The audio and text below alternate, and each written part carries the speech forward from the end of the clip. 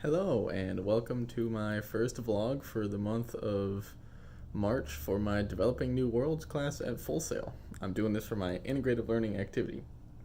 And I was going to write a script for this, but I decided it might actually be easier to do if I didn't write one and just kind of said whatever was on the top of my head. So that's what I'm going to try to do, and we'll see how that goes. So I'd like to start off by saying that I made a judgment call. My original pitch for the world that I was going to create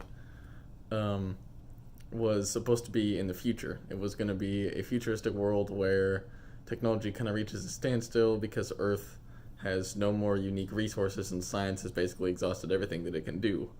But then one day someone appears that knows how to do magic and society changes. So that was my original pitch. But I have been playing two games recently. They are called Metro 2033 and Metro Last Light. And I was very, very inspired by the post-apocalyptic, post-World War III world that was created in those games. And I knew that they were based off of novels.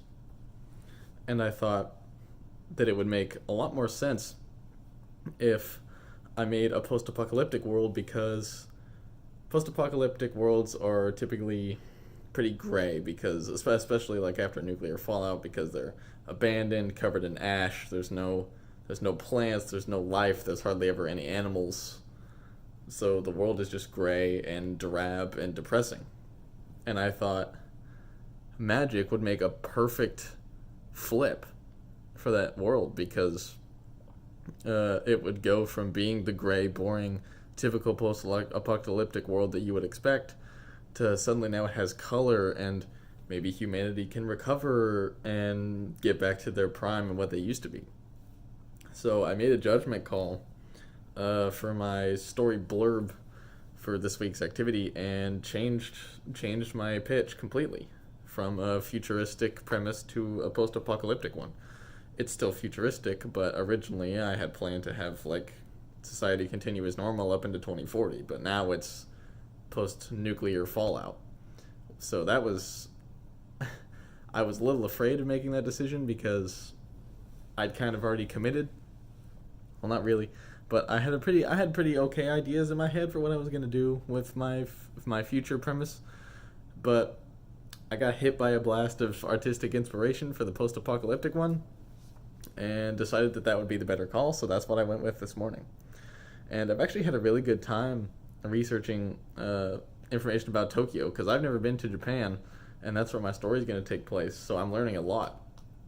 And another idea I had that I'm taking from the Metro series that I really liked is that society doesn't live above the surface, they have to live underground in the subway tunnels, and Tokyo actually has a pretty extensive subway system in their city that's run by two networks, or two different, like, I don't know what to call them, but there's two different, like, kinds of stations.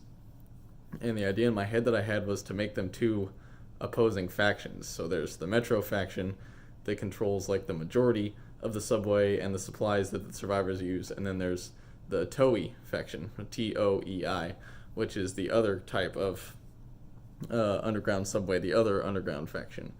And the Toei are more democratic, and the Metro faction is more monarchical, because those are the two systems of government in current Tokyo. They kind of have a mesh of a monarchy and a democracy similar to the UK, and that they have like a prime minister and a democracy government there that's like the head of the official government in the executive branch, but then they also have the monarchy that's kind of like the figurehead. So I kind of split that into two factions and made them like oppose each other.